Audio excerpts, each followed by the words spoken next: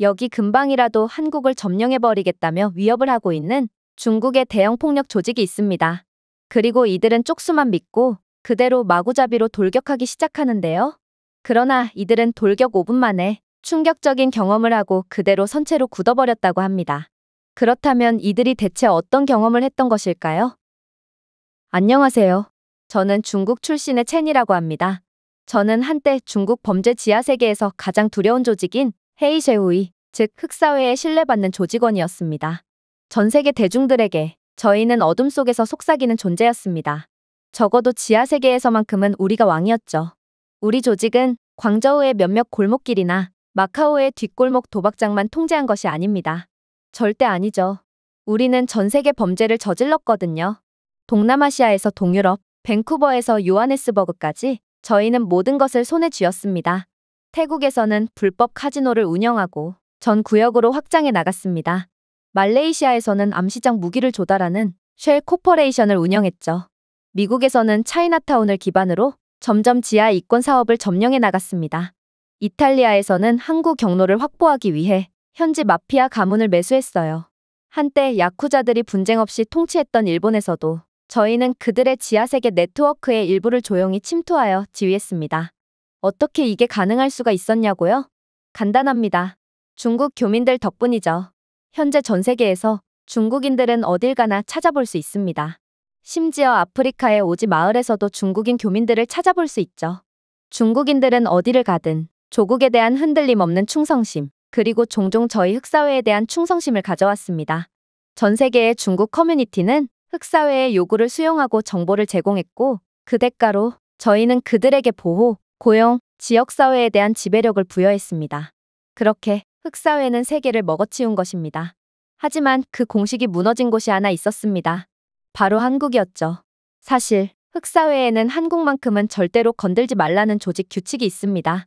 이건 매우 이상했죠. 전 세계에서 중국 교민들이 가장 많은 국가가 바로 한국이거든요. 그리고 중국과의 거리도 가까운 만큼 한국을 집어삼키기는 매우 쉬울 게 분명했는데 도대체 전 세계를 집어삼킨 흑사회가 왜 한국만큼은 집어삼키지 못한다는 말인가요? 그러다 저는 제 흑사회 선배에게 이러한 이상한 규칙이 생긴 이유에 대해 듣게 됩니다. 쟨, 한국 놈들은 독종이야. 그들을 절대로 얕보면 안 돼. 2000년대 초반 흑사회가 인천 차이나타운을 목표로 삼아 서울에 번영하는 나이트라이프와 비즈니스 분야까지 전부 집어삼키려고 했을 때가 있었어. 처음에는 일이 매우 순조롭게 진행됐지. 한국에서 거주하는 중국인들은 우리에게 정보를 제공해줬고 우리는 무기, 현금, 그리고 최고의 해결사들을 데려와서 순식간에 한국의 이권 산업을 먹어치우려고 했어. 우리는 한국 상인들을 협박하기 시작했고 의문의 화재를 발생시키는 등 한국을 접수해 나갔고 다른 국가들처럼 한국도 손쉽게 넘어올 것 같았지. 하지만 한국에서만큼은 전혀 예상치도 못한 이상한 일이 일어나더군. 한국의 시민들은 우리의 협박에 눈 하나 깜빡하지도 않았거든. 그들은 오히려 흑사회 조직원들의 인적 사항을 파악하고 CCTV에 녹화된 비디오를 아무런 두려움 없이 경찰에 넘겼지. 이것은 단순한 용기가 아니었어. 조직적인 저항이었지.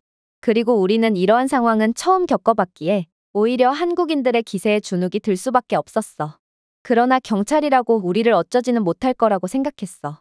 너도 알다시피 흑사회는 지역사회를 장악하면서 경찰들까지 협박으로 매수해버리거든. 당연하지. 흑사회 조직의 전투력은 한 나라의 경찰을 훨씬 상회할 정도야. 군대 정도는 끌고 와야 겨우 우리를 막을 수 있지. 그러나 나는 그때를 절대로 잊지 못해. 바로 한국 경찰의 기동 특수부대가 우리의 본거지에 침투해온 그날을 말이야. 그렇게나 강인하고 존경스러웠던 선배지만 그는 잠시 말을 마친 뒤 공포에 질린 표정으로 다시 말을 이어나갔습니다. 단 5시간이었어. 막대한 조직원 수와 무기들을 가진 우리 흑사회가 완전히 소탕되는 데까지 걸린 시간 말이야. 한국의 특수경찰부대는 망설임 없이 우리의 본거지에 들어오더군. 아직까지도 도대체 어떻게 알아낸 건지 모르겠어. 그들은 새벽에 공격을 감행하여 4개의 도시에 분산된 본거지를 동시에 조정하고 하루아침에 흑사회 한국 지부를 해체해버렸어. 수십 명의 조직원들이 체포되었고 압수된 무기와 현금, 약물이 트럭 전체를 가득 채웠지. 어떻게 이게 가능했을까? 내가 추측하는 바로는 한국의 시민들과 한국 경찰은 하나였기 때문이야. 다른 나라들이 우리를 두려워했을 때 한국인들은 우리를 무시할 뿐이었어. 다른 이민자들이 침묵을 지켰을 때 한국의 시민들은 용기를 가지고 법 집행기관과 협력했지. 하지만 가장 무서운 부분은 나중에 우리가 위협하려던 많은 한국 상점 주인들이 군대에 복무한 경험이 있거나 참전용사 출신이었다는 사실을 알게 되었을 때야. 한국 남성들은 의무적으로 2년의 군복무를 하고 있으며 더 나아가 많은 사람들이 군복무를 하고 있거든. 이들은 얕잡아 볼 만한 단순한 민간인이 아니었던 거지. 이들은 실제 전투에서 훈련된 전사들이었어. 우리가 보복하려고 했을 때 한국인들만큼은 물러서지 않았던 이유도 전부 여기에 있던 거야. 중국 본토의 흑사회 수뇌부들조차 한국을 완전히 떠나라고 명령할 정도로 완전하고 굴욕적인 패배였어. 우리는 유럽, 동남아시아 등 세계 모든 곳을 정복했지만 한국에서만큼은 그냥 진 게 아니라 완전히 지워져 버린 것이지. 그리고 그날부터 우리 조직에 전해 내려오는 속삭이는 전설들 사이에서 한국은 다시는 아무도 감히 손대지 못할 공포의 땅이 된 거야. 지금까지도 말이야. 그랬습니다. 흑사회의 규칙 중 하나인 한국인들은 절대 건들지 말라는 규칙은 이때의 굴욕적인 기억 때문이었던 것이고, 그래서 흑사회는 미국이나 여타 다른 국가들의 코리아타운조차도 건들지 않았던 것입니다. 아무래도 이때의 트라우마는 생각보다 컸던 모양이었죠. 하지만 세월은 많이 흘렀습니다. 한국에서의 패배는 서서히 기억의 그림자 속으로 사라졌습니다. 그 굴욕을 맛본 흑사회 조직원들은 은퇴하거나 사라졌죠. 그리고 젊고 야심차며 글로벌 지배력에 취한 새로운 세대의 조직원들이 그 자리를 대신했습니다. 또한 당연하게도 우리는 더욱 강해졌습니다. 이제 흑사회는 동남아시아 등의 국가에서 정부까지 매수하고 도시의 지하 카지노를 넘쳐나게 했습니다. 동유럽 항구에 대한 통제를 강화하고 캐나다의 약물 경로를 확장했으며 호주의 국회에 꼭두각시 정치인들을 내세우기도 했습니다. 우리는 돈도 많았고 힘도 있었습니다. 우리는 더 이상 원초적인 폭력에만 의존하지 않았고, 그렇기에 이젠 더 이상 한국을 겁낼 이유가 없다고 생각했죠. 그래서 저는 아이디어 하나를 제안하게 됩니다. 바로 미국 내의 코리아타운을 맛보기로 점령하는 거였죠. 서울이 아니라 미국을 공략하는 것입니다. 그때의 경험이 뇌 속에 각인되었던 일부 나이든 수뇌부들은 불편해하며 눈을 피하더군요. 그러나 제 신념은 확고했습니다. 코리아타운은 그저 시작일 뿐입니다. 코리아타운을 접수한다면 조직 내에 뿌리 깊게 박힌 한국에 대한 트라우마는 사라질 것이고, 그렇게 된다면 한국 본토를 점령하는 것도 식은 죽 먹기가 될 것입니다. 현재 한국 본토는 역사상 유례없는 황금기를 맞이한 상태예요. 그들의 지하세계에서 얼마나 많은 돈이 유통되는지 알기나 하세요? 우리가 한국 본토를 접수한다면 흑사회는 이제 아무도 막지 못하는 강력한 조직으로 발돋움할 것입니다. 어쩌면 하나의 국가보다도 거대해질지 모르죠. 확실히 제 주장은 설득력이 있었어요.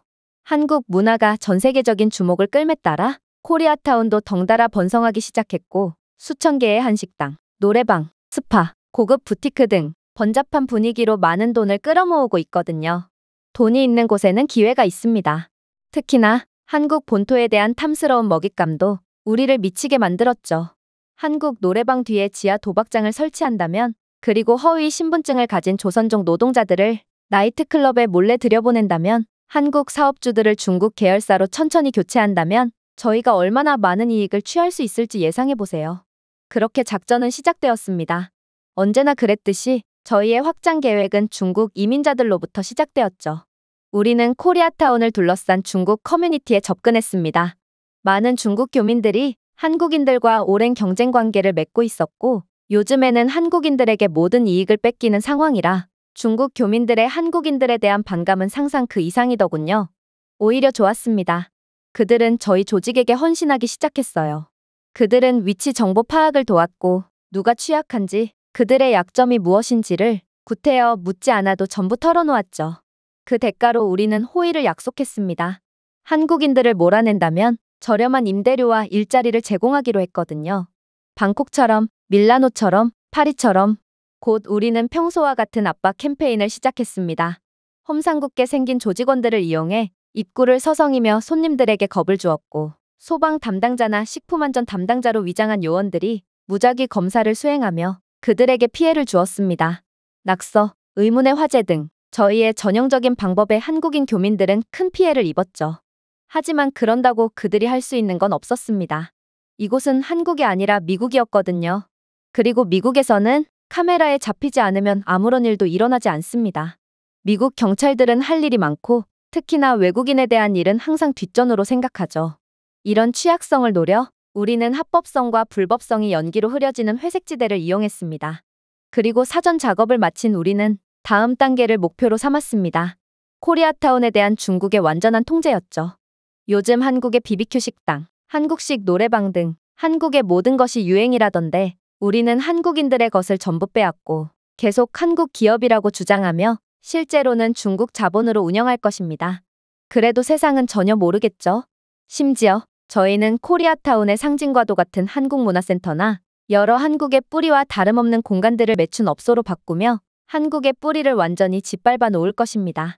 그야말로 한국의 이름으로 돈을 버는 공간에서 뒤에서는 조용히 중국 국기가 펄럭이는 상황인 것이죠. 한국인들에게는 절대로 까불지 말라고요? 그것은 수십 년 전의 일일 뿐이에요. 저희는 그들을 완전히 짓밟을 준비가 되어 있습니다. 한국인들은 세계를 집어삼킨 저희에겐 아무것도 아닌 존재일 뿐이거든요. 예상대로 활기가 가득 찼던 코리아타운에는 침묵이 찾아왔습니다. 하지만 이번에는 뭔가 다르더군요. 네, 분명 처음 몇 주 동안 코리아타운은 피를 흘렸습니다. 두부 가게에 불이 났고 한 태권도장의 벽이 위협적인 문구로 훼손되었습니다. 한 젊은 한국인 부부의 빵집에서 유리에 총알구멍이 뚫렸고 한국인들이 세워둔 차들의 타이어에는 구멍이 났습니다. 미국 경찰들은 역시나 사건을 접수하기에는 충분한 증거가 존재하지 않습니다. 도와줄 수 없습니다라는 나태한 반응을 보였죠. 다른 국가들처럼 한국인들도 도망가거나 저희에게 굴복할 거라 생각했습니다. 하지만 저희가 틀렸어요. 그날은 어느 화창한 오후였어요. 갑자기 건장한 한국인 아저씨들이 시비를 걸고 있는 저희 조직원들 몇 명을 그대로 잡아서 끌고 가 버리더군요. 그들은 조직원들을 경찰서로 끌고 갔고 그렇게 끌려갔던 조직원들은 다시는 나올 수 없었습니다. 도대체 이게 무슨 상황인가요? 어떤 강력한 힘이 그렇게나 나태한 미국 경찰을 움직이게 했단 말인가요? 그렇게 몇 명의 조직원들이 더욱 검거된 끝에 저희는 그제야 사건의 비밀을 알게 됩니다. 한국인들은 자신들 스스로를 지키기 위해 경찰의 도움이 아닌 자신들의 네트워크를 통해 영상을 수집하고 있었기 때문입니다. 그들은 CCTV를 설치했고 이러한 CCTV를 바탕으로 저희의 범죄 행각을 모조리 분석하여 미국 경찰이 수사하기 쉽도록 정리한 뒤 그대로 신고를 하고 있었어요. 미국 경찰이 출동을 거부했기에 한국인들이 직접 힘을 합쳐 조직원들을 검거 후 경찰서에 넘긴 거였죠. 그런데 한국인들은 도대체 무슨 수로 그렇게나 잔인하고 폭력적인 조직원들을 잡아서 경찰서에 넘길 수 있었던 걸까요?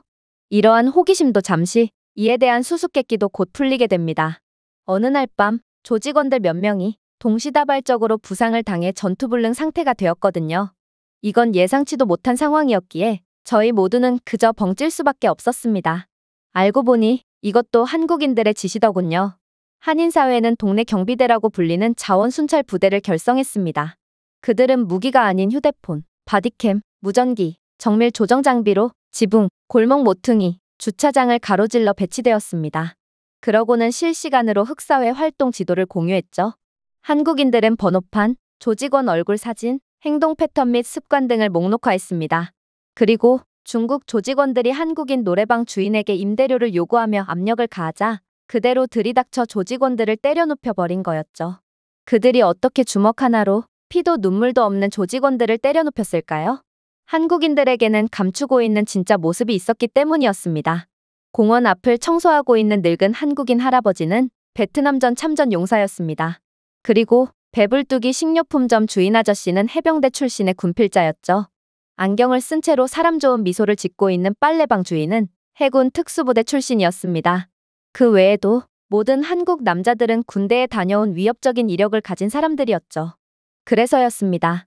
저희는 침묵을 두려움으로 착각했고 친절을 나약함으로 착각했지만 한국인들은 겉모습으로 판단할 수가 없는 사람들이었던 거였죠. 결국 군대까지 다녀온 남자들 앞에 조직원들은 속수무책으로 당할 수밖에 없던 거였습니다. 한국인들은 일당백의 강력한 사람들이었고 저희는 함께 활동하는 조직원들의 수를 2명에서 3명으로 늘릴 수밖에 없었죠. 그럼에도 일이 터지고 말았습니다. 3명의 조직원들이 동네 바비큐 가게를 운영하던 중년 한국 남성을 훈육하려고 하면서 시작되었습니다. 그들은 밤이 되어 가게 셔터를 잠글 때까지 기다렸다가 어두운 뒷골목에서 금속 막대를 들고 그를 궁지에 몰아넣었습니다. 그러나 3분 뒤 조직원 한 명은 자신의 부러진 코로 질식하고 있었고 다른 한 명은 손목이 부러졌으며 세 번째는 이빨이 부러져 비명을 지르고 있더군요. 푸근한 인상을 가지고 있던 한국인 아저씨는 알고 보니 그저 평범한 아저씨가 아니었습니다. 그는 레바논으로 파견까지 갔다 온 특수부대 출신이었죠. 우리는 한국인들을 얕본 대가를 치르게 된 것입니다. 다른 민족들과는 달리 한국인들은 절대로 도망가지 않았습니다. 대신 폭력의 전문가인 우리에게 맞불을 놓고 있었죠. 그리고 저는 진실을 잊고 있었다는 것을 깨닫게 됩니다. 한국인은 평범한 민간인이 아닙니다. 그들은 전부 전직 군인들입니다. 전략에 대한 훈련을 받았고 자신의 몸을 지키는 방법쯤은 터득하고 있습니다. 결국 하늘을 찌를 듯한 사기를 가졌던 조직원들은 예상치 못한 상황에 두려움에 잠식되기 시작했어요. 아무래도 저희는 잠자는 거인을 깨운 모양이었어요. 한국인들의 자부심과 단결은 식민지 시절과 전쟁, 그리고 국가 분단에서 살아남은 조상들로부터 전해 내려온 것처럼 보였습니다. 결국 한국은 저를 향해 선택을 강제한 셈이었습니다. 이대로 도망갈 것이냐, 아니면 더 큰 무력으로 맞설 것이냐를 말이죠. 당연히 저는 이대로 돌아갈 수 없었습니다. 그리고 기세가 한국 쪽으로 완전히 기울어진 지금 결정을 내려야 했죠. 바로 본격적인 작전에 돌입하는 것입니다. 원래 기세가 완전히 꺾인 원주민들이 도망가거나 항복하고 저희 편으로 돌아선 상태에서 본격적인 작전에 돌입하는 게 일반적인 흑사회의 방법이지만 지금 상황은 너무나도 특수한 경우였고 저는 울며 겨자 먹기로 무모한 수를 던질 수밖에 없었어요. 계속된 작전 실패로 인해 기세가 꺾이자 흑사회의 지도부 또한 전면적인 공격을 승인했고 저희는 이제 코리아타운을 완전히 접수하기 위한 본격적인 작전에 돌입했습니다. 거의 60명에 달하는 병력이 새벽 사이에 무기를 소지한 채로 코리아타운으로 난입했습니다. 그런데 분위기가 조금 이상하더군요. 뭔가 미묘했어요. 누군가가 저희를 지켜보는 것 같은 소름 돋는 느낌이 들었거든요. 그리고 그때 30초 만에 그 지역은 어둠 속으로 빠져들었습니다. 도대체 어떻게 알았는지 저희의 기습 작전을 사전에 인지한 한국인들은 저희를 이미 기다리고 있었고 현지 전력망을 조용히 해킹한 한국인 기술자가 원격으로 전력을 차단했던 거였습니다. 사실 코리아타운에는 이상하리만큼 엘리트들이 많다는 것쯤은 이미 알고 있었습니다. 코리아타운 내의 한국인들은 미국의 명문대학교를 다니거나 공학 분야에서 두각을 드러내는 엔지니어들이 이상하리만큼 많았거든요. 그런데 그들은 책상 위에서 펜대나 굴릴 뿐 아무것도 할 수 없을 거라는 예상과는 달리 예상 밖의 놀라운 활약들을 보여준 것입니다. 아무튼 시야가 차단된 저희는 한국인들에게 각계격파 당하기 시작했습니다. 어둠 속에서 두 사람의 모습이 나타났습니다. 두 사람 모두 검은색 운동복을 입고 있었고 소화기와 섬광탄을 들고 있더라고요. 그것들은 페퍼 스프레이로 개조된 상태였기에 연기를 발생시킴과 동시에 저희의 눈을 완전히 멀게 해버렸습니다. 제대로 도망갈 수도 없었고 숨을 수도 없었어요. 이내 스프링클러가 작동했는데 그것은 물 대신 형광물질을 도포하기 시작했거든요. 이 말은 저희는 어디로 숨더라도 반드시 발각될 수밖에 없다는 것을 의미했습니다. 아니, 숨어봤자 소용이 없었죠. 지하 차고에 숨으려고 했던 조직원들은 한 한국인 건축학과 학생이 이미 건물의 평면도를 출력하고 모든 입구에 열 센서의 움직임 데이터를 덮어놓았다는 것을 모르고 있었습니다. 결국 열 감지를 통해 한국인들은 조직원들이 숨어있는 위치를 정확히 찾아내서 체포했죠. 코리아타운을 들어왔던 입구로 다시 나가려고 했던 조직원들도 일망타진을 당할 뿐이었어요. 열 감지와 페퍼 스프레이 부착 장치를 갖춘 드론은 그들을 계속해서 쫓아왔거든요. 드론은 원래 야생동물 추적을 위해 만들어졌지만 이번에는 침입자를 향해 쫓아왔고 결국 조직원들은 기침을 하고 울고 구걸하며 기어나올 뿐이었습니다. 그리고 입구에서 그들을 기다리고 있던 십수명의 코리아타운 주민들이 마스크, 장갑, 경찰 제출용 증거 패키지를 들고 그들을 체포할 준비를 하고 있었죠. 결국 싸움은 제대로 시작하기도 전에 끝나버렸습니다.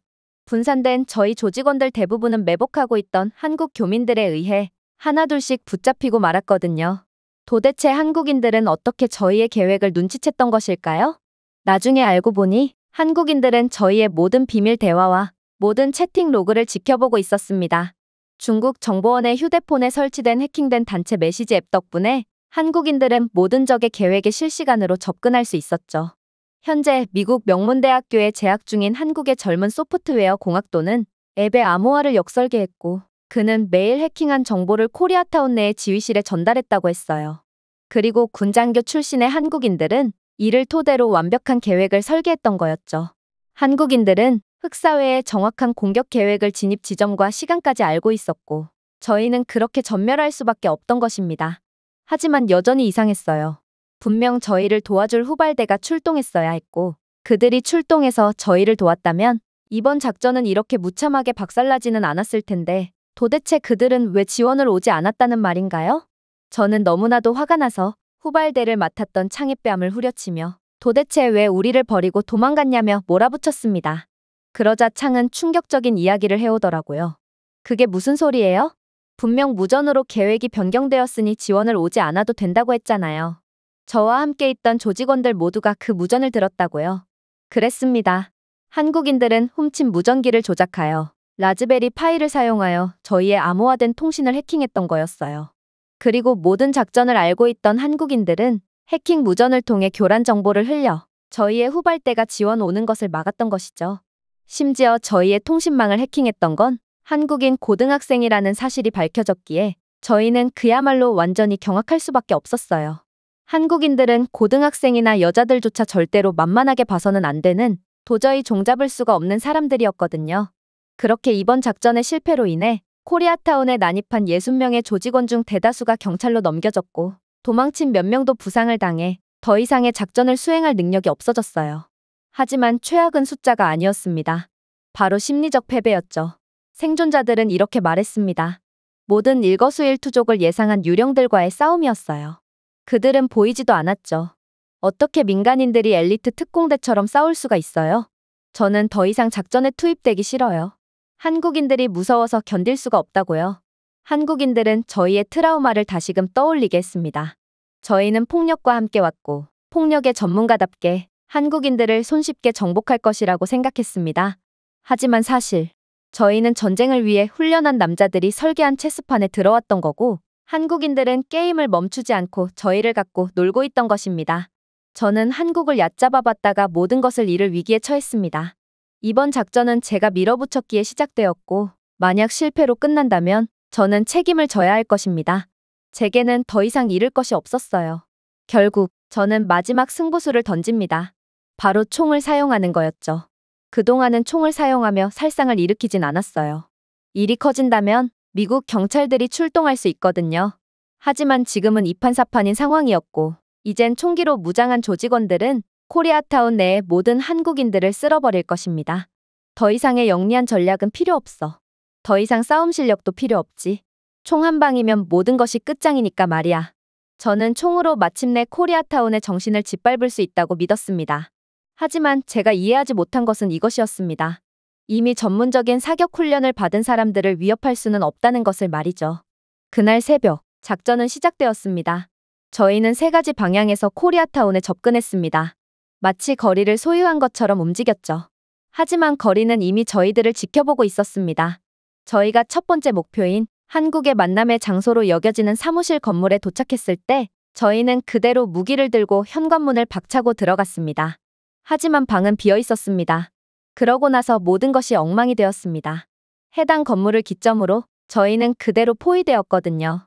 각 건물의 옥상에서는 훈련된 한국 참전용사 및 전직 군인들이 저희를 정조준하고 있었고 다른 엄폐물들 사이에는 갓 전역한 것처럼 보이는 젊은 한국인들이 저희의 심장을 조준하고 있었죠. 그때 저는 깨달았습니다. 모든 한국 남자들은 신병 훈련 중에 전술과 사격에 대해 배웁니다. 그러나 저희 조직원들은 중학교 때부터 총을 가지고 있었다라고 허세를 부리지만 정작 총을 쏴본 사람은 거의 없죠. 모든 조직원들은 이것을 알고 있었습니다. 한국인들은 의무복무로 인해 사격을 잘하지만 자신들은 총을 쏴본 적도 없다는 사실을 말입니다. 저희는 실전에서 총을 든 적이 없거든요. 물론 저희는 광저우에서 조직원들과 함께 사진 촬영을 위해 총을 들고 포즈를 취한 적은 있습니다. 그러나 그게 다죠. 대부분의 조직원들은 지금의 실전 상황에서 손가락으로 방아쇠를 감싸지도 않고 있더군요. 총을 쏘는 것을 두려워하고 있었습니다. 결국 한국인들이 던진 연막탄이 터짐과 동시에 조직원들은 무기를 버리고 도망가기 시작했어요. 눈물을 흘리며 계집아이 같은 비명소리를 지르며 왔던 길로 내달리기 시작했죠. 그렇게나 한국인들을 전부 쓸어버릴 거라며 자신은 이미 초등학생 때부터 총 하나로 고향마을 공항까지 제압했다던 창은 핫도그 갑 한 대 뒤에 숨어 비명을 지르며 울고 있더라고요. 저는 끝까지 은엄패를 하며 저희에게 접근하는 한국인들의 전술적인 움직임을 보고 조용히 속삭일 뿐이었어요. 그들은 진짜 군인처럼 움직이잖아. 도대체 이 동네 정체가 뭐야? 저는 몸이 굳어서 도망가지도 못했어요. 저는 한국인들의 사격 실력에 대해 익히 들어 알고 있거든요.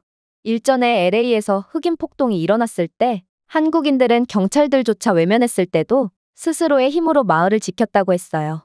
그런 한국인들이 마음먹고 방아쇠를 당긴다면 저는 그날로 끝이라는 것을 잘 알았기에 그대로 온몸이 굳어 벌벌 떨고만 있을 뿐이었던 것입니다.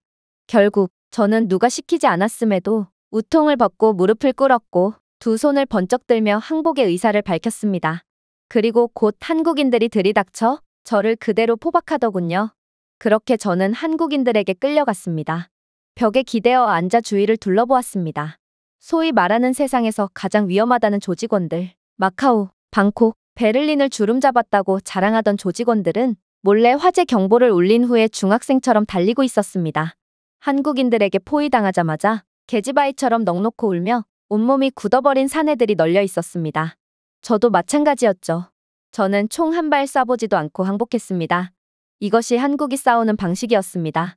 싸우지도 않고 상대방을 제압하는 방식 말입니다.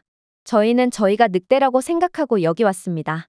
하지만 저희는 짖는 개에 불과했고 저는 개처럼 끌려가 한국인들의 아지트에 감금당했습니다.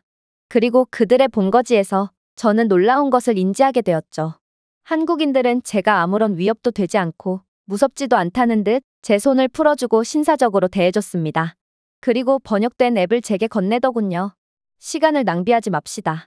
우리는 이미 당신이 누구인지 알고 있습니다. 처음에는 비웃었어요. 허세인 줄 알았어요. 그러나 그가 연 폴더에는 제 모든 것이 들어있더군요. 제 사진, 공항에서 사용했던 가짜 이름이 아닌 제 진짜 이름, 제 중국 주소, 채팅 로그 등 전부가 말이에요. 그렇게나 평범하고 만만하게만 보였던 한국인들은 다들 비상한 두뇌를 갖고 있는 엘리트였던 것입니다. 저희는 무기와 폭력, 계획을 가지고 여기에 왔습니다.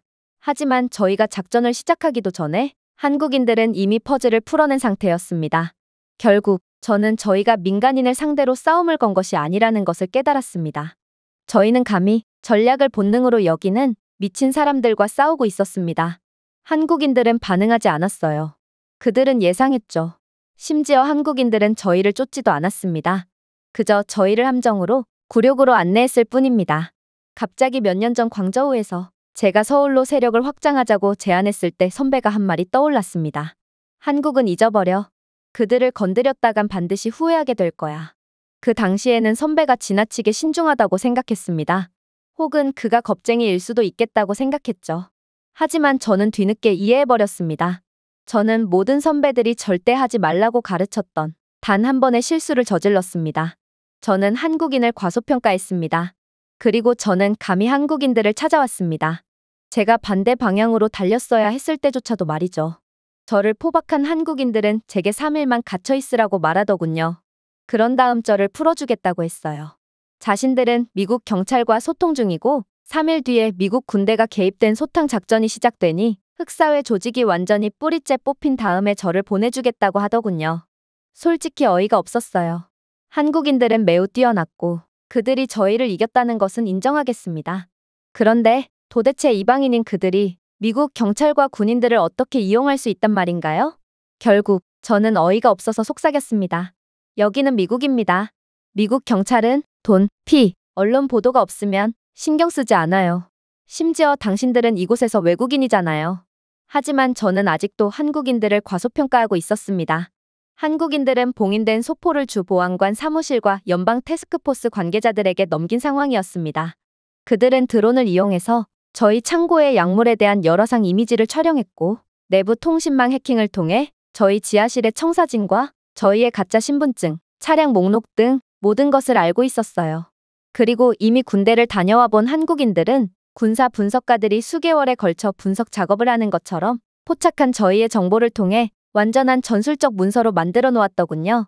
그리고 이 모든 증거들을 미국 측에 넘겼던 것입니다. 패킷을 받은 FBI 요원은 이렇게 말했다고 합니다. 이건 저희 팀이 1년 동안 모으고 정리한 것보다 훨씬 더 깔끔하네요. 도대체 누가 이것을 정리한 거죠? 상당한 실력을 가진 전문가가 분명해요. 그러나 이건 모두 한국인 민간인들이 해낸 것들이었습니다.